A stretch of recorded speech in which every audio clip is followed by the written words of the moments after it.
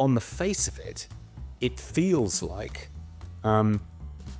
two politicians who are members of the ruling party are using their clout to urge the police to investigate someone for expressing an opinion that they politically disagree with. I mean, it's the kind of thing you'd expect to happen, in East Germany, back in the Soviet era. Hello and welcome to Spectator TV. I'm Michael Simmons. Former Marine Jamie Michael was recently cleared in just 70 minutes by a jury in court after being charged with inciting racial hatred for a video he posted on Facebook. To discuss the case, Jamie joins me now alongside his lawyer Luke Gittoffs and Toby Young, the director of the Free Speech Union, who supported him. Jamie, you were charged with publishing material that was seen as threatening and could stir up racial hatred, but you were then very quickly cleared in a court case. Can you take us through what happened to you?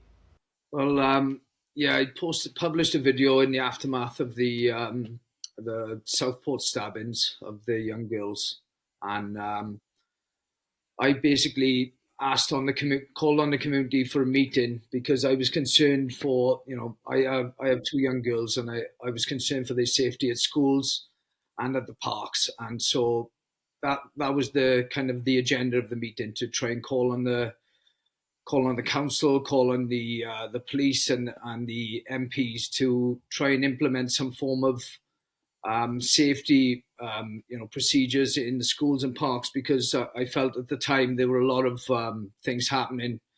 There were riots in Leeds and Manchester leading up to that. Plus, there was an army man stabbed in uniform the week before, I think, leading up to that as well. So I just thought there was, things were heating up, and with that incident then in the school really concerned me, as I have two young little girls, and that was the agenda of the meeting. So then that video was published, and I think maybe, I'm not sure, it was actually on the 9th of August. I had my girlfriend answered the door or the window, and she said there was 5 police officers there, and they asked where I was. If I was at home, she said I was at work, and she sent them to my work, and she called me on the phone, said the police had come to look for you, and she said that I've sent them to your work. So where I work is a locked building, so I came out to meet them, and as I went out, I put my phone on to record, what was going on, because for my own safety and for my own evidence.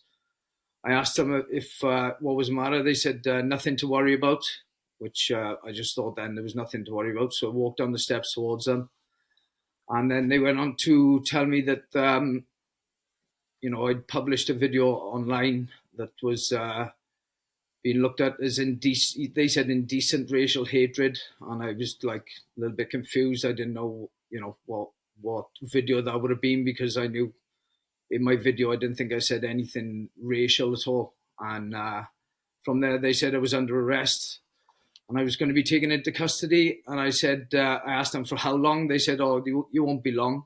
And I literally just kind of took a step back and stopped recording, because I was going with them, and I went to put my camera in my phone in my pocket, and he kind of jumped at me and went to grab my wrist, and I told him to calm down. I said, "I'm coming with you." And then they handcuffed me to the rear and put me in the van, and I was handcuffed to the rear for about 45 minutes while I was in the van, and a further 45 minutes when I got to the police station, because I was held in a kind of processing room before I went through the main entrance to the desk where they read me out the charge.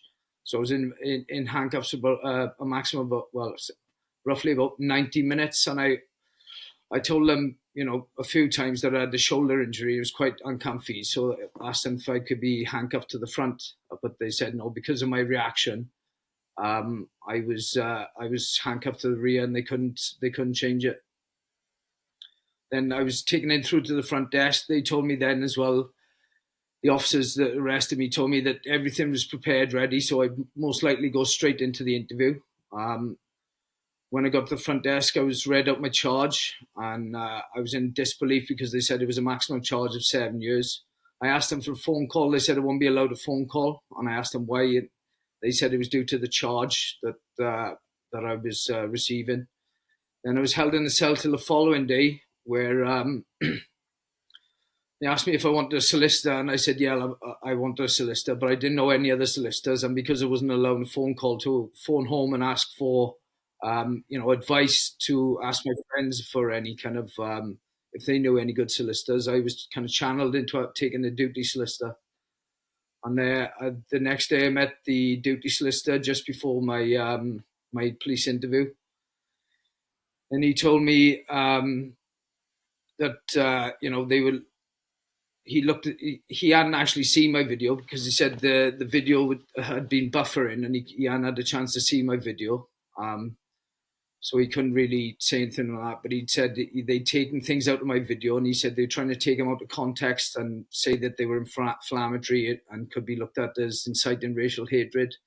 And I was just, I was just bewildered, really. I just didn't know what that I had said that could have been, charged with them charges. And he also told me that I'm possibly looking at terrorism charges, and I really was kind of like thinking, what the hell's going on? And he also told me that my partner could also be brought in guilty by association, just because she looked at me.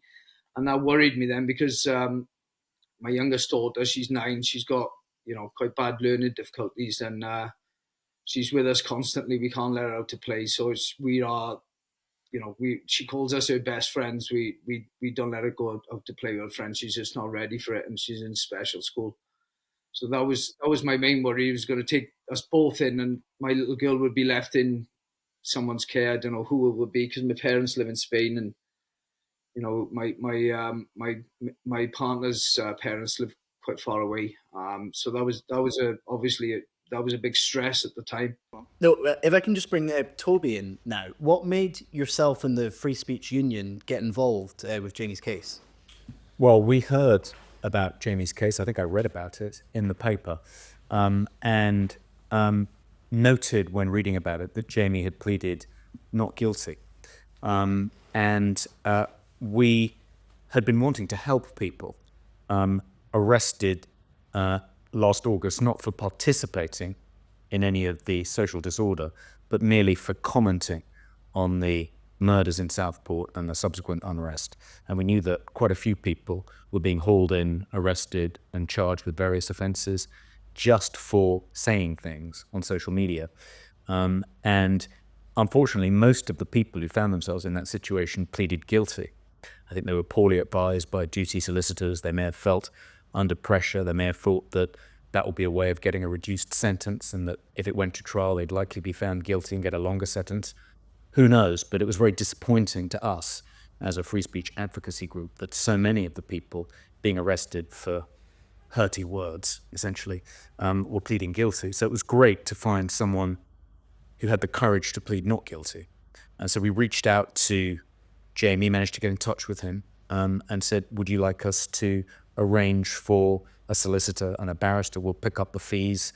We want to defend you. We don't think you should be going to prison for the video you've posted on Facebook. We watched it, obviously, and we thought this isn't even coming close to stirring up racial hatred. Like Jamie, we were bewildered that the Crown Prosecution Service were proceeding with this case. And at one stage, Luke, the solicitor we found to look after Jamie, petitioned the CPS to drop the case, and they refused.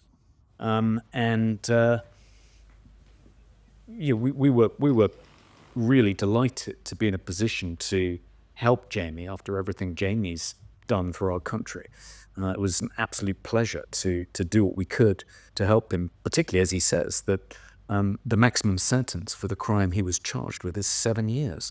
7 years for posting a video on Facebook, which, in our view, didn't come close to saying anything remotely inflammatory or racist. Well, I'll let Jamie tell you, or Luke tell you about what actually happened when it came to trial. Yeah, well, on that, if we could bring Luke in, Jamie was acquitted in, I think it was 17 minutes. Were you surprised at how quickly the jury came to that decision? I was surprised it was so quick. I think I'd spent a lot of time with Jamie over the last few weeks, talking him through what he meant by that video, what he meant by very specific terms within that video. And by the day of trial, I was quietly confident that the jury would see through the prosecution case and that we would be acquitted. I didn't think it would be quite so quick. We got a sense, I think, towards the end of the trial that the jury were with us. I think we also got a sense through the trial that the judge was with us. Although the judge did allow the case to go to the jury, we applied at what's called half-time. So at the close of the prosecution case, we applied yet again for the judge to take the case away from the jury's considerations and to quash the indictment, meaning the case would effectively be over without the jury having to consider a verdict. The judge didn't allow that application, but let the case go to a jury. And when a case goes to the jury, you never quite know, because jurors have to be quite stony-faced throughout the case. They have to not give much away about what they're thinking. And so it can be extremely hard to read. So I was surprised that they came back so fast, but I think it reflected the ludicrous nature of the case that the prosecution were asking the jury to accept. This was a case where they were effectively asking the jury to convict Jamie, not even on the basis of what he intended, but rather what might have happened as a result of him posting the video. What was extraordinary about this case was that the Crown did not put their case to the jury on the basis that Jamie even intended to stir up racial hatred. Instead, what they said was that by posting the video when he did, by putting the video on Facebook in the aftermath of Southport and in the course of social unrest, that somehow that automatically made it likely to stir up racial hatred, that the mere act of commenting at that moment was enough to convict him. And I think the jury saw through that, saw that this would set an extremely dangerous precedent if they were even to consider a guilty verdict. And I prepared Jamie to be sat there for at least a day or so, until the next day. But I think the jury sent a message with the speed of this verdict, because they sent a message saying, we're not standing for this. We're not standing for people like Jamie being prosecuted for their political opinions. And that's where juries really come into their own, because they're a fantastic medium for the community to express their point of view. And they can do that not only through their verdict, but also with the speed with which they return their verdict. And it would have been very easy for the jury to allow their considerations to go over to the next day, but they didn't. They came back into the room almost straight away and took Jamie out of the situation he was in quickly. And I think that reflected their distaste for the prosecution and, their wish to send a clear message that this prosecution was not acceptable. And Jamie, to go back to the video itself, obviously, you were vindicated and it's been decided in a court of law that what you said was perfectly lawful. Do you accept that maybe certainly in the way that you expressed yourself, that your video could be at least seen as offensive? Only to the people who I were talking about, which are the radical Islamists and radical illegal migrants that could be possibly coming over that are unchecked, and that was my whole point of the video. I clearly stated at the start that I was talking about radical idiots, and when in court they were saying that I said they and them, but when I was referring to they and them, I was referring to the radical idiots that I said at the start, because without a doubt, I think that we are getting a small percentage of these radicalized people coming into the country, and they do pose a massive danger to our children.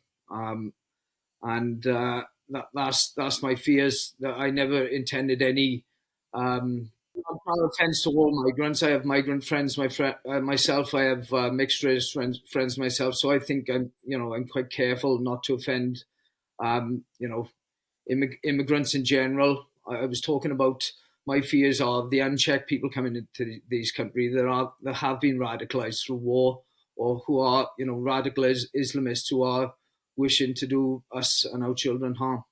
And Toby, one of the sort of stranger things about this case is that Jamie was reported to the police by a politician. Does that particularly concern you? It does, yes. Yeah, he was, as I understand it, Luke will correct me if I'm wrong, the police were alerted to this video and urged to investigate Jamie by a Labour councillor who worked in the office of a Labour member of the Welsh Parliament. And, on the face of it, it feels like two politicians who are members of the ruling party are using their clout to urge the police to investigate someone for expressing an opinion that they politically disagree with. I mean, it's the kind of thing you'd expect to happen, in East Germany back in the Soviet era, or perhaps in a totalitarian country today, but not in the birthplace of parliamentary democracy, where you're perfectly permitted to express a political opinion which the governing party disagrees with without expecting to be prosecuted for it. I mean, I thought that was a really extraordinary aspect of this case, and I think the police should have treated the report with particular caution because of the person reporting it, rather than taking it more seriously, seemingly, as a result of the fact that it was reported by a Labour councillor. And look, you work in this system every day. Do you believe some of the criticisms of the police and the CPS that they're doing two-tier policing, that we have this two-tier justice system where certain people will be prosecuted because of their views while others with the opposite side of the view won't? I think two-tier policing is a broad term, but it has a very clear and real dimension to it that we see a lot in the justice system. And I think Jamie's example is a good one. There are certain cases that are selected for prosecution more readily than other kinds of cases. By way of example, look at the policing around the Palestinian demonstrations, where we've seen week after week of racially insensitive, often frequently inciting language used on those demonstrations. And the police and CPS have turned a blind eye. Yet when it came to Southport and these demonstrations, the police were very keen to arrest and the CPS were very keen to prosecute. I think we have to remember that the police and the Crown Prosecution Service are staffed by human beings who are very influenced by the guidance, the commentary, the comments made by senior members of staff within their organisations. All of this plays into the environment in which they make their decisions. And when that environment is more conducive to prosecuting some people than others, what else do you call it other than two-tier policing? I think that there are some that would say it's a inaccurate state of affairs, but it does capture something about how these decisions are being taken. And I actually think it's quite a good way to describe it. I think what we saw in Jamie's case is the most ungenerous interpretation of the law possible in order to bring him to court. We made the point in our legal submissions to the CPS that in order to convict Jamie, the jury would have to interpret every word he used in the most maximally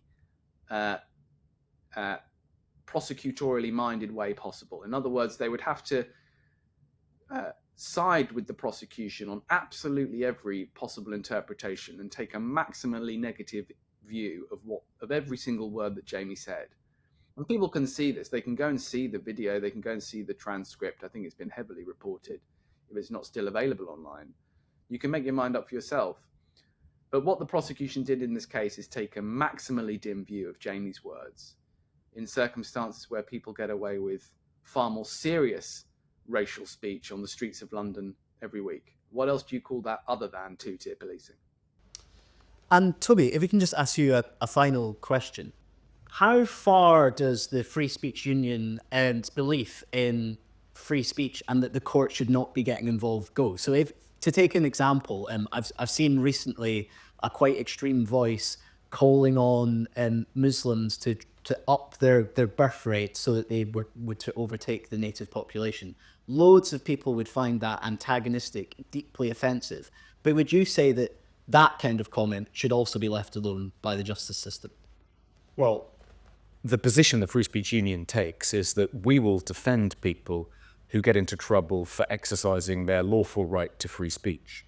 And sometimes they are prosecuted and charged with a criminal offence after they've said something provocative or controversial. And if we think they've obviously crossed the line and there's no hope that they won't be found guilty, then we won't try and defend them in that particular case, but we will try and campaign more widely to get the law changed so they can speak more freely. Almost all the laws that people are routinely prosecuted under for speech crimes in Britain, whether it's Section 127 of the Communications Act, the Malicious Communications Act, the Section 5 of the Public Order Act, and so forth, stirring up hatred, as Jamie was prosecuted for. All of these laws would, I think, fall if challenged under the First Amendment in the United States. I wouldn't defend speech that is clearly going to stir up violence, that's going to lead to a serious breach of the peace. But that's a very high standard. The Supreme Court articulated that as you should be permitted to say anything within obvious limits, no libel, no betrayal of state secrets, no child pornography, but within those very clear limits that everyone understands. If it's not going to lead to what the Supreme Court described as imminent lawless action, which is really just American for breach of the peace, then it should be permitted. And I think that should be the standard in this country, and that should be what we're campaigning for. I think even though it was shocking that, an ex-serviceman who has risked his life to defend our country should have been put through this at the behest of two Labour politicians, even though that's depressing and tells us, I think, just what a parlous state free speech is in our country. The fact that he was acquitted after just 17 minutes shows that there are still rights that we enjoy as citizens in this country. Jamie's right in this case was a right to a trial by his peers, which dates back to 1215. It's Clause 39 of the Magna Carta. He was able to exercise that right by pleading not guilty. And it's really encouraging, as Luke says, that 12 ordinary people, members of the local community in Wales, sent such a clear message. No, we don't think people should be prosecuted for expressing political opinions like this, which fall very far short of being racist or being inflammatory. So even though it's terrible, I think, what Jamie went through, and a terrible indictment of the state of free speech in this country, the fact that he was acquitted unanimously in 17 minutes, that's encouraging.